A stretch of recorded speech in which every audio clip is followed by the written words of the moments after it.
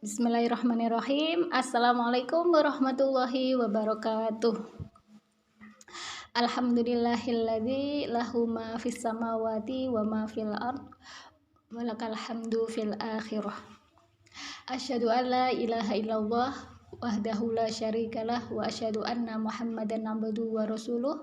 Allahumma sholli wa sallim wa barik ala nabiyyina Muhammad wa ala alihi wa ashabihi wa man da'a ilallahi bid'awatil Islam wa man tamassaka bi sunnati ala rasulihi wa man tabi'ahu bi ihsani ila yaumiddin, amma ba'd. Syukur alhamdulillah, segala puji bagi Allah Subhanahu wa taala. Hari ini kita diizinkan oleh Allah untuk melanjutkan kajian online 30 pesan takwa di bulan Ramadan. Dan tak terasa, Masya Allah ya teman-teman semuanya, hari ini sudah sampai kepada pesan yang ke-30.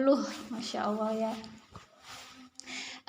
Hanya atas izin Allah semata ya, sehingga kajian online ini sampai pada di penghujungnya hari ini ya. Dan hari ini insya Allah pesan yang terakhir ya, karena sudah sampai pada 30, sebagaimana judul kajiannya adalah 30 pesan takwa di bulan Ramadan, dan hari ini sampai pula pada pesan yang ke-30. Jadi hari ini insya Allah hari yang terakhir untuk kajian online 30 pesan takwa di bulan Ramadan ya. Semoga 30 pesan takwa yang sama-sama kita pelajari selama ini seperti itu ya, bisa benar-benar kayak gitu ya ilmunya ya, diberkahi oleh Allah sehingga mengena ke dalam hati kita, mengena ke dalam akal kita ya, dan menjadikan iman kita itu semakin meningkat, dan ilmu itu benar-benar menjadi cahaya bagi kita, menjadi penerang, sehingga kita benar-benar oleh Allah dipilih menjadi hambanya yang bertakwa ya, sebagaimana judul kajian online ini adalah 30 pesan takwa di bulan Ramadan. Artinya sebagaimana tujuan dari puasa, yaitu supaya kita la'allakum tattaqun, menjadi orang yang bertakwa, maka kajian online ini pun sebenarnya juga ke situ arahnya, supaya kita oleh Allah dibimbing, dituntun ya, dan dipilih oleh Allah menjadi pribadi yang bertakwa hingga kita kembali kepada Allah Subhanahu wa taala. Amin amin ya rabbal alamin. Teman-teman semuanya ya, kita memang fakta ya, awal Ramadan kemarin berbeda kayak gitu ya. Ada yang dimulai lebih awal, ada yang berikutnya gitu. Ada yang Sa'bannya digenapkan, ada yang 29. Nah, sekarang di penghujung Syawal, di penghujung akhir Ramadan ini juga begitu ya. Bagi yang kemarin Sa'bannya tidak digenapkan 29, berarti hari ini adalah puasa yang ke-30 ya. Sampai ke puasa yang ke-30 berarti tadi malam sudah ada ru'yatul hilal. Dan memang benar kemarin bagi beberapa negara yang itu melakukan ru'yatul hilal, dan saya dapat info juga dari cek lewat web ataupun info-info dari teman-teman yang melakukan ru'yatul global, memang hilal tidak nampak sehingga hari ini digenapkan seperti itu. Adapun bagi yang kemarin Sa'bannya digenapkan seperti itu ya, maka hari ini masih puasa yang ke-29, dan semoga hasil sidangnya di Isbat Indonesia nanti kayak gitu ya, itu sama Rabu Lebaran kayak gitu ya, sehingga kita seluruh dunia sama gitu ya, meskipun kita terpisah-pisah seperti itu dengan antara Indonesia, Malaysia dan Arab Saudi dan sebagainya, tapi memiliki Lebaran bersama sedunia itu kan ya dipandang oleh umat yang lain itu solid, kuat gitu ya, persatuan di antara umat Islam. Tapi bagaimanapun juga, kalau misalkan nanti hasil isbatnya Indonesia mengatakan beda ya, sebagaimana pemerintah sendiri juga tidak memaksakan kayak gitu ya untuk mengambil itu, maka ya kembali lagi kepada teman-teman, yang penting puasalah karena melihat hilal dan berbukalah karena melihat hilal, seperti itu. Jadi itu ya. Di sini saya nggak bahas itu ya, nanti kalau bahas itu karena memang khilaf ya, nanti malah ini ya jadi masalah juga kayak gitu. Dikembalikan kepada ilmu yang teman-teman semuanya tabani, maksudnya yang teman-teman ambil yang mana kayak gitu ya. Yang penting kita menjalankan sesuatu, kita memiliki landasan ilmunya seperti itu, bukan hanya sekedar ikut-ikutan kayak gitu, tapi kita memiliki ilmu yang kita pegang dan kita menjalankan berdasarkan ilmu itu kayak gitu, sehingga nanti ketika dia yaumul hisab ditanya kenapa kamu kok begitu, kita bisa menjawab, oh saya memiliki tahu ilmunya, sepertinya kita menyampaikan gitu kepada Allah seperti itu ya, sehingga kita tidak melakukan sesuatu tanpa tidak tahu ilmunya, nggak boleh ya, karena dalam Quran surat Al-Isra ayat 36, innas sam'a wal basara wal fuada kullu ulaika kana anhu mas'ulun. Jadi sesungguhnya pendengaran, penglihatan ya, hati itu semuanya akan diminta pertanggungjawaban. Itu artinya apa? Kita harus berilmu dulu sebelum melakukan sesuatu kayak gitu. Maka ya silahkan dipelajari kalau belum memiliki dasar terkait dengan ilmu hal ini kayak gitu ya.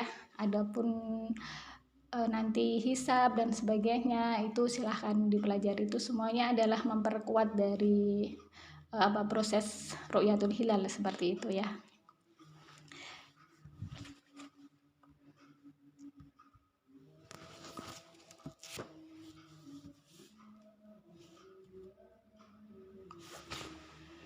Nah teman-teman semuanya, rahimani wa rahimakumullah ya, hari ini slide sebagaimana yang saya share, kita akan bahas doa saat berhari raya Idul Fitri. Nah sebentar lagi kan kita berhari raya Idul Fitri, sepertinya sudah biasa ya apa yang kita sampaikan, karena kita sudah berulang-ulang berhari raya seperti itu, jadi memangnya ada yang beda maksudnya bacanya gimana ya.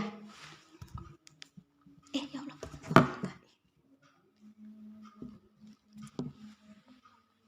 Ya, jadi sebagaimana nisrat yang saya bagikan ya, hari ini kita akan bahas doa saat berhari raya Idul Fitri ya. Jadi tapi sebelum masuk ke slide itu ada sedikit paparan sedikit ya yang ingin saya sampaikan berkaitan dengan sunnah-sunnah di hari raya Idul Fitri kayak gitu, yang itu sebaiknya kita usahakan semampu kita untuk bisa melakukannya kayak gitu ya. Bahasan kali ini saya kutip dari ini ya, pendapat dari Syekh Kamil Muhammad Uwaidah seperti itu ya.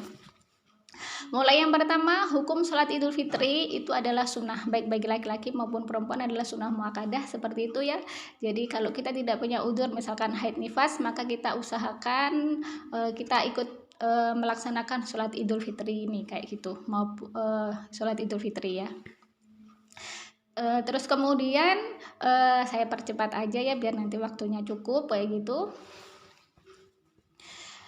Jadi sholat Idul Fitri ini adalah sholat Idul Fitri ini kan adalah sholat perayaan hari raya kita ya umat Islam. Idul Fitri hari kemenangan, seperti kita kembali fitri, kembali suci seperti itu.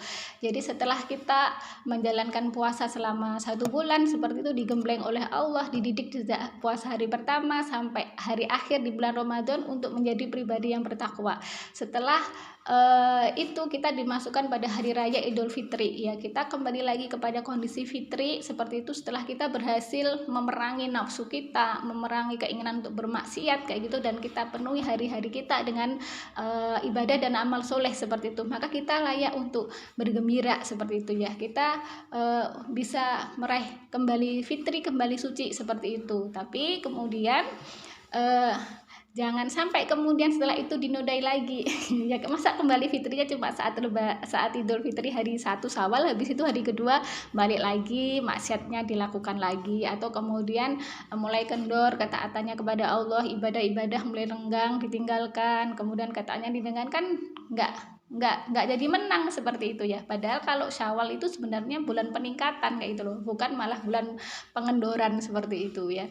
Jadi Ramadan bulan penggembleng kayak gitu ya, kemudian ketemu 1 Syawal seperti itu, kita bersyukur kepada Allah Subhanahu wa taala kayak gitu, setelah puasa selama 1 bulan dididik oleh Allah untuk menjadi pribadi yang taat seperti itu, dan kemudian Syawal itu peningkatan, makin nggak, artinya kita istilah minimal bertahan lah. Kalau nggak mau bertahan istiqomah kayak gitu ya. Minimal kalau misalkan masih dikurangi jumlah rakaat sholat sunahnya, misalkan tarawehnya di bulan Ramadan 20 rakaat seperti itu. Qiyamul lailnya setelah Ramadan misalkan tahajud enggak 20 rakaat lah, cuma 8 2 jam berapa gitu. Yang penting istiqomah kayak gitu ya. Nanti dilanjutkan dengan puasa sunnah setelah Ramadan kayak itu. Jadi biar kita tetap menang kayak gitu ya, secara personal kayak gitu kita mempertahankan kebiasaan ibadah dan amal soleh yang telah Allah didik saat kita beri bulan Ramadan seperti itu ya, sehingga kita tuh secara personal menang gitu ya. Kenapa saya bilang secara personal? Karena sesungguhnya dunia kaum muslimin saat ini tuh belum sampai pada kemenangan yang sesungguhnya. Kita lihat muslim di Rohingya bagaimana kabarnya seperti itu ya, mereka terkotang-katung kesana kemari mencari tempat penghidupan di negaranya sendiri, wilayahnya sendiri itu diusir seperti itu. Terus kemudian muslim Palestina kondisinya seperti itu saat ini, mereka nggak bisa menikmati rumah yang telah mereka bangun ya, kemudian pekerjaan yang mereka cari selama ini, tapi mereka terus dalam penjajahan Zionis Israel seperti itu. Terus kemudian juga beberapa wilayah-wilayah yang lain juga masih konflik seperti itu, dan negeri-negeri kaum muslimin semuanya masih dalam jeratan hutang Bank Dunia dan sebagainya. Itu menunjukkan bahwasanya kaum muslimin itu sebenarnya belum secara menyeluruh seperti itu belum pada posisi yang benar-benar mandiri dan menang seperti itu di atas umat yang lainnya seperti itu. Nah, makanya saya di sini menggunakan istilah secara personal minimal kita bisa meraih kemenangan seperti itu dengan mempertahankan keimanan dan ketakwaan kita setelah Ramadan nanti kayak gitu. Nah, sekarang kita lanjutkan lagi ya terkait dengan fikih Idul Fitri tadi itu. Berikutnya, sebelum berangkat ke tempat sholat Id ya, sholat Id nanti disunahkan untuk dikerjakan di tanah yang lapang. Kalau misalkan nggak memungkinkan seperti itu, boleh di masjid juga boleh seperti itu. Nah, sebelum berangkat kayak gitu ya, maka kemudian bagi baik laki-laki maupun perempuan disunahkan untuk mandi, kemudian memakai pakaian yang terbaik seperti itu ya, dan juga memakai wewangian. Bagi perempuan wangiannya tidak sampai bikin tidak tercium seperti yang sudah kita bahas sebelumnya. Mana dalilnya? Itu adalah bahwasanya Rasulullah SAW itu pada hari raya Idul Fitri dan Idul Adha, Rasulullah memerintahkan kami untuk mengenakan pakaian terbaik yang kami miliki dan memakai wangian yang terbaik yang ada pada kami, serta berkorban dengan binatang yang bergemuk yang kami punyai ini. Yang bawah tadi itu berkorban itu khusus untuk hari raya Idul Adha kayak gitu. Jadi ini kan sudah beli pakaian yang baru kan semuanya. Jadi nanti yang terbaik itu tidak harus pakaian yang terbaru seperti itu. Yang penting suci, bersih kayak gitu ya. Terus kemudian tidak berlubang-lubang dan sebagainya. Kalau ada yang baru, maka yang baru itu lebih baik yang dipakai seperti itu ya. Kalau nggak ada, nggak apa-apa yang lama dipakai, yang penting bersih, suci, tidak bolong-bolong, tidak rusak kayak gitu ya. Jadi dipandang orang tuh juga enak berhari raya tuh dengan hari raya, namanya hari raya itu kan bersenang, gembira seperti itu ya. Terus kemudian berikutnya nanti waktu sholat Id kayak gitu. Waktu sholat Id, Idul Fitri sama Idul Adha itu berbeda ya. Maksudnya pelaksanaannya, kalau berdasarkan hadis Rasulullah SAW bahwasanya Nabi pernah mengerjakan sholat Idul Fitri bersama kami, dan pada saat itu matahari setinggi 2 tombak. Sedangkan pada sholat Idul Adha matahari baru setinggi 1 tombak. Artinya sholat Idul Fitri itu dianjurkan untuk agak diakhirkan waktunya seperti itu. Kenapa? Supaya kaum muslimin yang belum mengeluarkan zakat fitrah itu bisa mengeluarkan, karena batas maksimal mengeluarkan zakat fitrah itu sebelum sholat Idul Fitri didirikan seperti itu. Nah, adapun nanti sholat Idul Adha itu malah lebih diawalkan seperti itu. Kenapa? Supaya kaum muslimin bisa segera menyembelih hewan kurban seperti itu ya. Terus berikutnya sunnah berikutnya adalah ketika kita sebelum berangkat melaksanakan sholat Idul Fitri adalah memakan kurma kayak gitu ya. Jadi kita kan setelah bulan puasa kan, setelah waktu Ramadan kan kita puasa. Nah, maka sebelum ketika melaksanakan sholat id kita disunahkan untuk berbuka dulu, yaitu dengan makan kurma atau makanan-makanan ringan yang lainnya. Jadi Rasulullah SAW tidak berangkat sholat pada hari raya Idul Fitri sehingga beliau memakan beberapa buah kurma. Ya, yang ada kurma boleh kurma, kalau nggak ada kurma ya apalah, yang penting kita makan dulu sebelum berangkat, seperti itu, supaya kita tidak terkena hukum puasa. Kan kita sudah nggak boleh puasa lagi ketika tanggal 1 Syawal, seperti itu. Nah, kemudian sunnah berikutnya, ketika kita berangkat ke tempat pelaksanaan sholat Idul Fitri, maka kita disunahkan untuk bertakbir, ya, memuji Allah Subhanahu wa taala, mengagungkan Allah, membesarkan Allah Subhanahu wa taala, seperti itu ya. Jadi yang tempatnya jauh, kalau saya tinggal melangkah gitu udah nyampe ya. Jadi takbirannya di rumah kalau gitu ya. Jadi kadang-kadang kita nggak sempet ya takbiran, udah gini lalu lalang di rumah. Kadang-kadang kita nggak mengagungkan Allah, nggak takbiran seperti itu, udah sampai aja di tempat sholat. Padahal disunahkan ketika kita sepanjang perjalanan untuk tempat sholat Idul Fitri, kita disunahkan untuk bertakbir, Allahu Akbar, Allahu Akbar, la ilaha illallah, wallahu akbar, Allahu Akbar, walillahil hamd, seperti itu ya.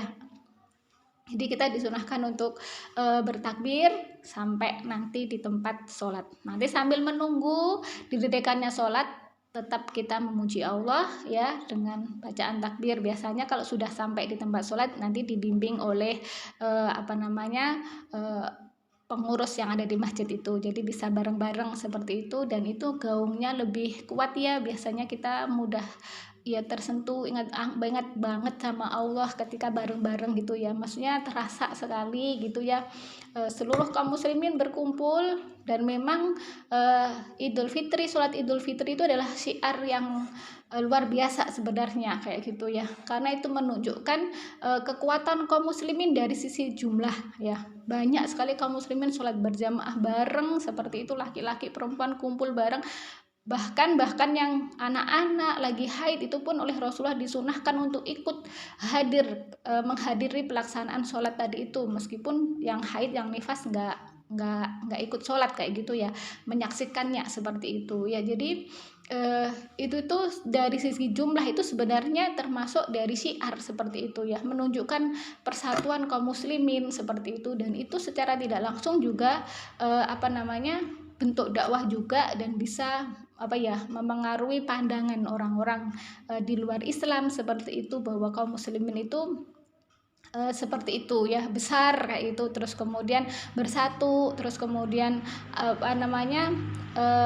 ukhuwahnya kuat seperti itu ya, tidak lagi melihat corak warna organisasi dan apa kayak gitu, tapi benar-benar dikumpulkan bersatu seperti itu. Sebagaimana dulu zamannya Rasulullah, masa Rasulullah itu adalah masa luar biasa ya, karena tidak pisah-pisah antara golongan satu dengan golongan yang lain, tapi utuh bersama di bawah satu pembinaan Rasulullah, sehingga benar-benar ikatan ukhuwah itu dibangun di atas keimanan dan akidah seperti itu. Nah, inilah yang harusnya kita contoh di momen Idul Fitri ini kayak gitu. Kita itu disatukan oleh iman, kita disatukan oleh akidah, oleh tauhid seperti itu, oleh agama ini. Jadi kalau kita masih berbuat baik karena berlatar belakang organisasinya sama atau kemudian ormasnya sama, maka itu sungguh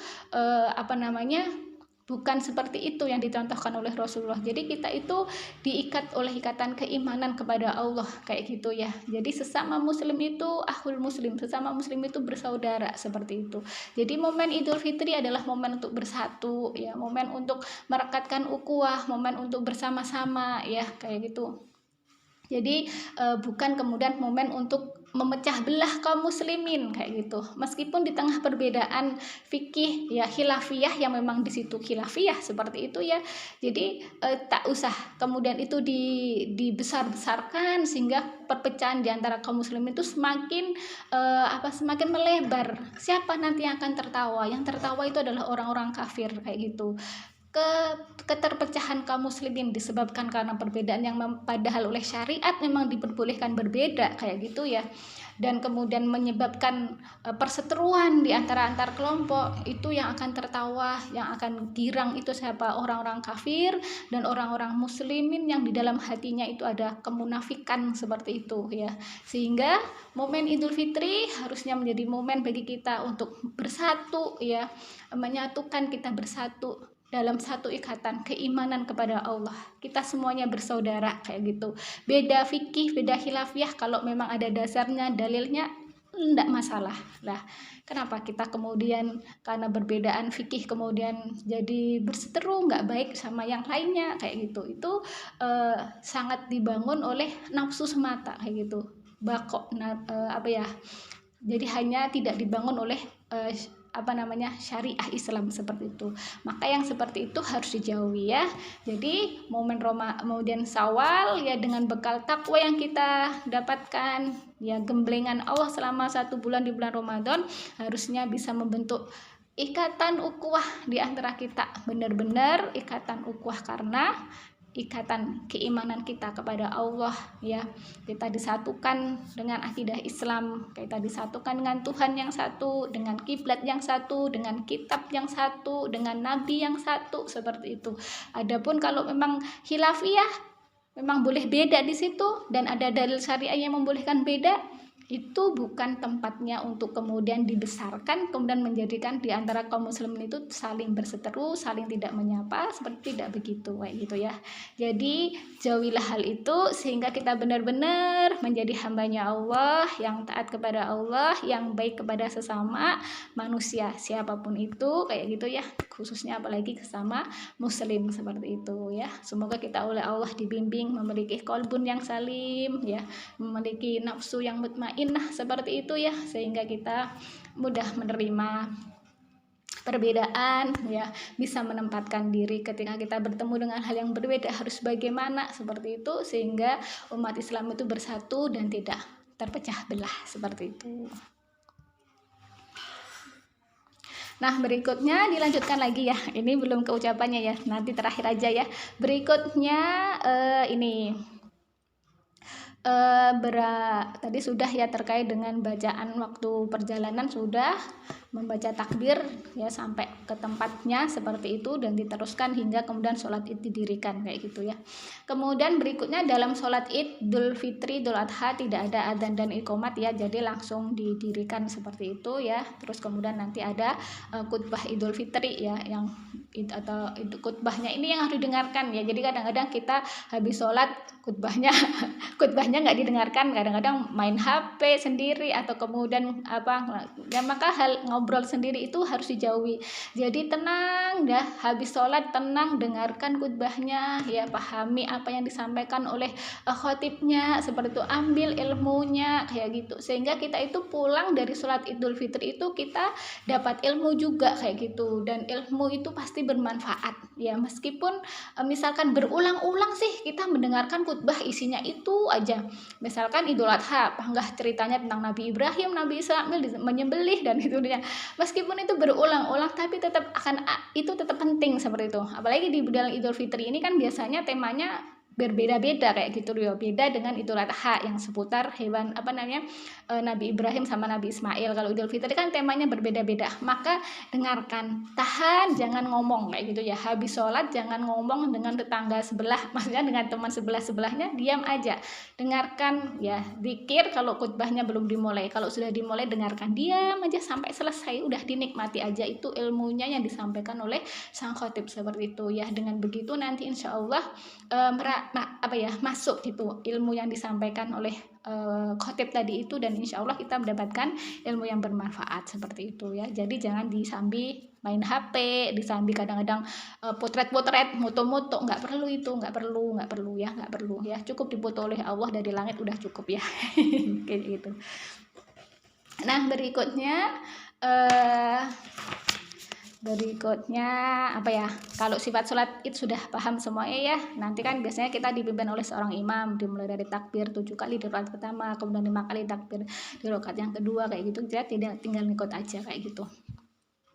Terus kemudian berikutnya disunahkan bersedekah ya pada saat Idul Fitri. Nah, biasanya kan sudah difasilitasi biasanya oleh panitia masjid adanya kotak infak yang keliling. Nah, maka itu kita isi kayak gitu ya. Kita dari rumah sudah berniat untuk bersedekah berinfak seperti itu. Entah berapa rupiah, 1.000, 500, 2.000 sebarang, yang penting kita berniat untuk berinfak di hari raya Idul Fitri seperti itu. Nah, berikutnya disunahkan untuk kembali ke jalan menempuh jalan yang berbeda antara berangkat sama pulangnya. Itu sunahnya begitu. Jadi kalau misalkan mau hanya ada jalan itu ya nggak apa-apa, kan sunah kayak gitu. Kalau bisa dipilih jalan yang berbeda, kalau nggak ada ya udah itu.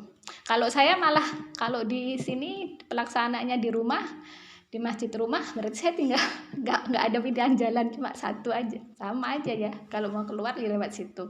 Kecuali kalau saya sholat di luar kayak gitu, itu bisa kadang-kadang pilih jalan beda, kadang-kadang juga enggak kayak gitu ya. Itu sunnah ya, kalau kita bisa melakukannya itu lebih afdol kayak gitu. Nah, berikutnya waktu hari raya maka boleh merayakannya dengan hidangan-hidangan kayak gitu ya, dengan lagu-lagu yang nasyid ya, yang di situ tidak mengandung maksiat kayak gitu. Jadi tidak semua lagu itu syar'i ya, maksudnya kita pilih lagu-lagu syar'i yang di situ tidak mengundang maksiat seperti itu ya. Tapi lagu-lagu yang bisa mengingatkan kita kepada Allah Subhanahu wa taala kayak gitu ya. Jadi itu dalilnya bahwasanya di masa Rasulullah itu Abu Bakar itu pernah masuk menemui kami pada hari raya, sedangkan bersama kami ada 2 orang wanita yang tengah bernyanyi nyanyian buat. Nyanyian buat itulah bernyanyi nyanyian buat. Buat itu adalah sebuah tempat di belahan kota Madinah, yaitu tempat di mana pernah terjadi peperangan antara suku Aus dan Khazraj sebelum datangnya Islam kayak gitu ya. Oleh sebab itu disebut sebagai hari Bu'ats. Banyak penyair yang memiliki syair mengenai Bu'ats ini ya. Terus kemudian di mana Rasulullah tengah berbaring di atas tempat tidurnya sembari menghadap mukanya ke dinding. Kemudian sembari masuk Abu Bakar berkata, "Seruling setan berada di samping Nabi." Maka Rasulullah pun berbalik mengarahkan wajahnya kepada Abu Bakar. Saya berkata, "Wahai Abu Bakar, sesungguhnya setiap kaum itu memiliki hari raya dan inilah hari kegembiraan bagi kita." Itu menunjukkan bahwasanya boleh ya memutar nyanyian selama itu syar'i ya, tidak mengandung unsur maksiat di dalamnya. Nah, terkait dengan musik ini, terkait dengan lagu-lagu, silahkan nanti teman-teman pelajari lagi fikih terkait dengan musik seperti itu ya, yang supaya kemudian selamat aman kayak gitu ya, musik yang kita dengarkan itu aman kayak itu.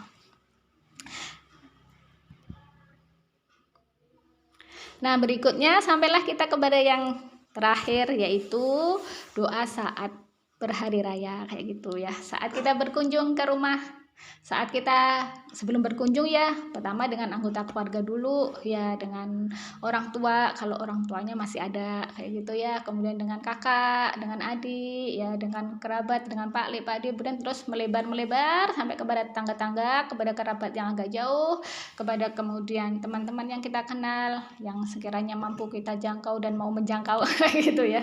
Jadi yang sekiranya kita mau berkunjung ya, yaitu yang utama itu ada kepada keluarga, kerabat, tetangga-tetangga seperti itu, dan sekiranya teman-teman yang mau kita kunjungin seperti itu ya. Terus kemudian apa yang harus kita ucapkan seperti itu ya. Kalau di Indonesia kan biasanya mengucapkan minal aidin wal faidin, mohon maaf lahir dan batin seperti itu ya. Nah, di sini ternyata ada sebuah hadis ya dari Jubair bin Naufal kayak gitu, sebagaimana dalam slide ya. Apabila para sahabat Rasulullah SAW bertemu pada hari raya, maka mereka saling mengucapkan taqabbalallahu minna wa minkum kayak gitu. Nah, itu artinya sebelum itu ini menurut Al-Hafiz Ibnu Hajar mengatakan bahwa isnad hadis ini berstatus hasan. Maksudnya sanad hadis ini adalah statusnya hasan seperti itu. Nah, jadi ketika kita bertemu taqabbalallahu minna wa minkum itu yang kita ucapkan kita ketika berpapasan, bertemu dengan keluarga, kerabat, tetangga dan sebagainya ketika kita berhari raya Idul Fitri. Apa itu artinya? Ya, artinya itu adalah semoga Allah Subhanahu wa taala menerima ya amal kami dan amal kalian seperti itu ya.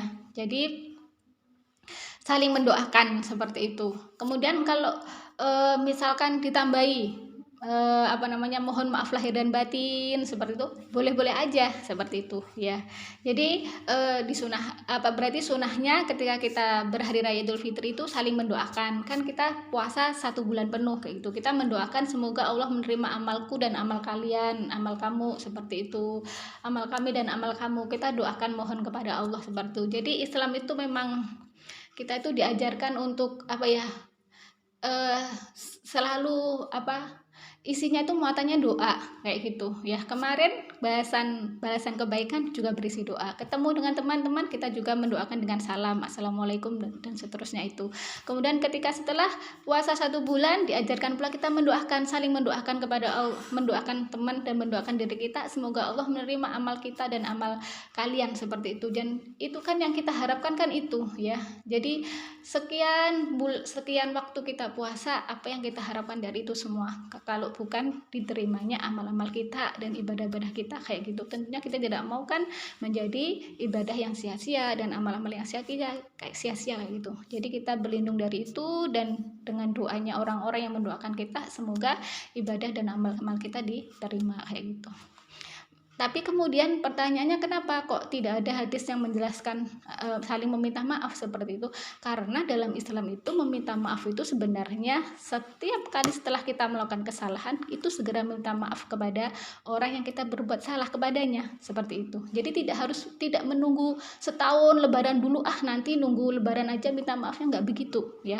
Di dalam Islam itu setiap waktu itu bisa minta maaf. Habis melakukan kesalahan segera minta maaf karena usia kita belum tentu panjang kayak gitu. Kalau ditunda nih hari raya, habis itu sebelum hari raya meninggal gimana? Belum sempat minta maaf kan malah dosa kayak gitu ya. Jadi meminta maaf itu begitu ya, hukum syariatnya itu adalah setelah melakukan kesalahan segera minta maaf seperti itu ya. Jangan ditunda-tunda nunggu lebaran dulu kayak gitu. Jadi kalau misalkan lebaran saling bermaafan itu ya nggak apa-apa, itu untuk secara global aja kayak itu, untuk menyempurnakan seperti itu, menyempurnakan kefitrian kita kayak gitu ya. Siapa tahu masih ada dosa-dosa di antara kita seperti itu ya, akhirnya disempurnakan lagi. Tapi sunahnya kalau minta maaf itu kapanpun bisa dilakukan, setelah melakukan kesalahan segeralah minta maaf seperti itu. Sehingga ini dihafalkan ya teman-teman ya, sehingga besok ketika kita berlebaran taqabbalallahu minna wa minkum kita langsung paham artinya. Oh iya, amin gitu aja, dijawab amin aja udah cukup ya.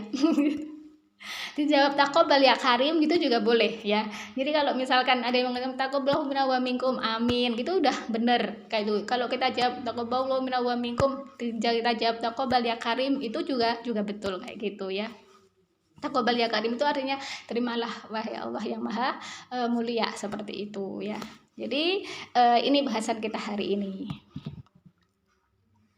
Dan akhirnya karena sudah lewat 3 menit berarti waktunya sudah habis, dan saya mohon maaf ya teman-teman semuanya, rohimani wa rahimakumullah bila ada dari yang saya sampaikan dari awal sampai akhir mungkin khususnya untuk Mbak Iwin yang mungkin sering tersindir nggak tahu ya tersindir atau enggak, maksudnya kadang-kadang atau sering saya sebut-sebut namanya, terus kemudian teman-teman semuanya, Mbak Rona, kemudian Mbak Ratna, kemudian semua Delia dan semuanya aja, baik yang secara langsung maupun nggak langsung. Apabila saya ada salah kata yang itu kata-kata saya itu ternyata tiba-tiba menjadikan merasa tersindir, sebenarnya saya nggak pernah menyindir kayak itu. Tapi kalau kita merasa tersindir ya semoga itu menjadi jalan untuk kebaikan kita semuanya kan. Dan saya mohon maaf kayak gitu ya, jadi mohon dimaafkan seperti itu ya. Tidak ada keinginan untuk sindir menyindir, enggak, tapi saya menyamakan ilmu apa adanya yang saya dapatkan seperti itu ya. Jadi semoga kita oleh Allah ya dipilih menjadi hambanya Allah yang beriman dan bertakwa hingga kita kembali kepada Allah Subhanahu wa taala. Dan ilmu-ilmu yang kita bahas selama 30 hari di kajian online 30 pesan takwa di bulan Ramadan ini oleh Allah diridhoi seperti itu, sehingga ilmunya menjadi ilmu bermanfaat bagi saya dan demikian pula bagi teman semuanya seperti itu. Masya Allah ya, jadi ini adalah nikmat dari Allah kayak gitu ya. Semoga kita menjadi hamba Allah yang selalu bersyukur, yang selalu ingat kepada Allah, dan kita bersabar dalam menghadapi kehidupan ini, baik dalam kondisi nikmat maupun dalam kondisi sempit. Kita tetap bersyukur dan bersabar, dan itu semuanya adalah harus kita pohonkan kepada Allah Subhanahu wa taala. Semoga Allah menerima puasa kita, ibadah kita, sholat kita, dan ibadah kita semuanya, dan amal-amal soleh kita semuanya, dan Allah mengampuni kita dan menjauhkan kita dari siksa api neraka, dan Allah memberikan kepada kita ridhonya dan juga surganya nanti di kehidupan di akhirat. Amin amin ya robbal alamin. Dan akhirnya saya akhiri kajian online 30 pesan takwa di bulan Ramadan hari ini ya teman-teman semuanya, dan selamat berhari raya Idul Fitri 1445 Hijriah. Taqabbalallahu minna wa minkum, taqabbal ya karim. Kita akhiri dengan banyak istighfar 3 kali dan doa kafaratul majelis. Astagfirullahaladzim, astagfirullahaladzim, astagfirullahaladzim. Subhanakallahumma wa bihamdika asyhadu an la ilaha illa anta astaghfiruka wa atubu ilaik. Al-haqqu mir rabbika fala takunanna minal mumtarin. Sesungguhnya kebenaran itu datangnya dari Allah semata, dan kalau ada salahnya itu kekurangan saya pribadi ya. Sesungguhnya kebenaran dari Allah, maka janganlah kita ragu untuk mengambilnya. Dan kalau ada yang salah, itu saya pribadi yang keliru, yang lemah, mohon dimaafkan. Saya akhiri, wassalamualaikum warahmatullahi wabarakatuh.